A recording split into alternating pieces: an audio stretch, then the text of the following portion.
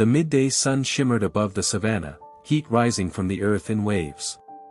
Tall grasses rippled in the breeze, dotted with acacia trees and thorny bushes. A river wound lazily through the open land, its muddy banks soft under the weight of passing animals. Here, in this vast openness, danger still lurked in unexpected forms. A lioness moved carefully through the grasses, her flanks tense and her golden eyes sharp. She was not hunting. Her steps, though powerful, were anxious, for her cubs followed close behind, tumbling playfully in the grass, unaware of the perils the world could hold. She glanced often at them, ears twitching at every sound. The openness of the savanna gave her sight of far horizons, but it also exposed them to threats that could come from river, sky, or shadow. It was by the river that disaster struck.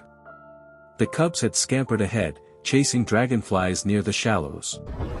The lioness lifted her head, her nostrils flaring, when the water rippled unnaturally.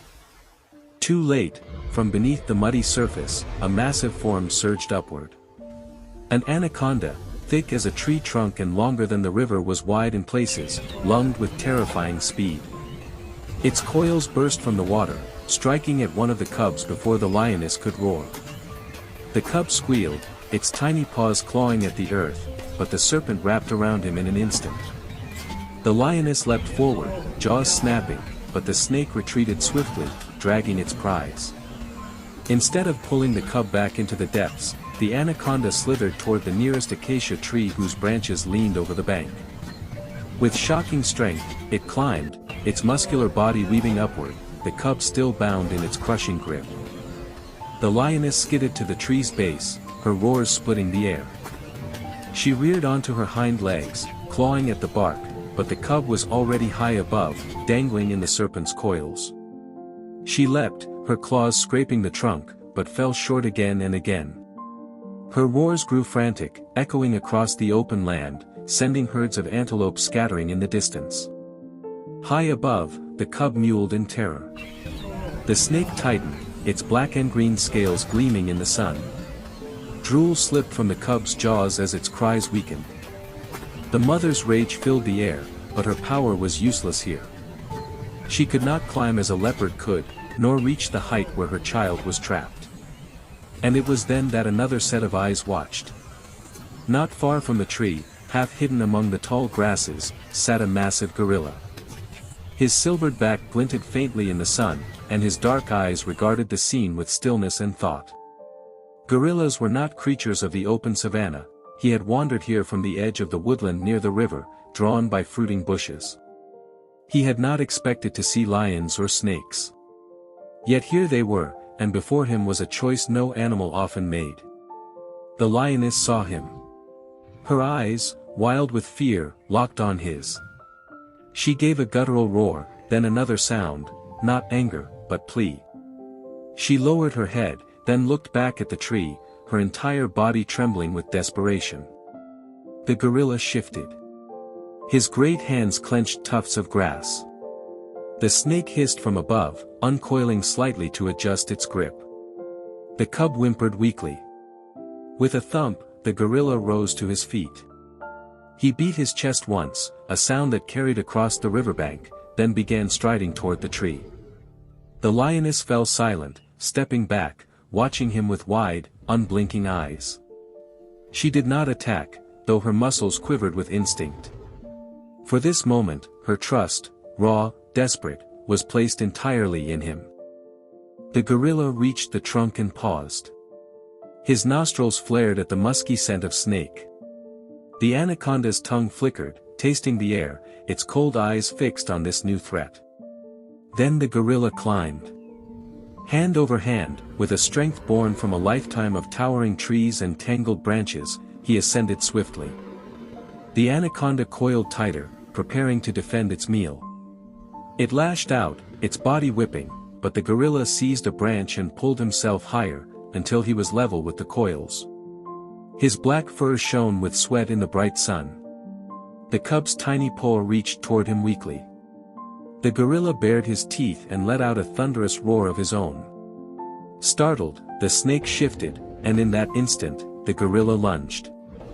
His hands clamped around the serpent's thick body. Muscles bunched in his arms and shoulders as he tore at the coils.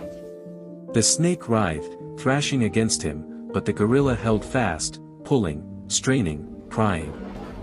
The lioness roared below, circling, her tail lashing. She could do nothing but watch. Finally, with a wrenching heave, the gorilla tore the cub free. The snake's head whipped toward him, fangs bared, but the gorilla swung down, clutching the cub against his broad chest. The serpent lunged, missing by inches, as the gorilla dropped lower, branch to branch, his powerful arms carrying him with speed. At the base of the tree, the lioness reared back, roaring with fury at the snake above. The gorilla landed heavily in the grass, crouched over the trembling cub. For a heartbeat, the lioness froze, uncertain, her heart hammering. The gorilla extended one massive arm. He set the cub gently onto the grass. The tiny lion tumbled weakly to its paws, mewling, staggering toward its mother. The lioness lunged forward, seizing her cub by the scruff, lifting him into the safety of her embrace. She turned back to the gorilla. Their eyes met, golden and dark, predator and primate. The lioness bowed her head once, a motion filled with raw gratitude, a gesture no human would ever believe. The gorilla grunted softly, beating his chest once more. Then, without waiting, he turned and walked back toward the woodland edge, his broad back fading into the tall grass. Above, the anaconda hissed, retreating slowly into the branches, defeated for now. The lioness carried her cub to the shade of another tree, her body shielding him as he whimpered against her fur. Her roars softened into low, rumbling purrs, soothing him, promising safety. And though the savanna returned to its endless rhythm, the rustle of grass, the calls of distant birds, the flow of the river, the memory of that moment lingered. A lioness and a gorilla, 2 worlds apart, had bridged the divide for the sake of a fragile life. It became a story whispered among the villagers who later found the tracks by the riverbank. They spoke of it as a legend, a tale of the day when strength met strength, not in battle, but in mercy. And for the lioness, it was simple. She would never forget the shadowed figure who had climbed where she could not, and saved what she could not reach. Thank you for watching the video.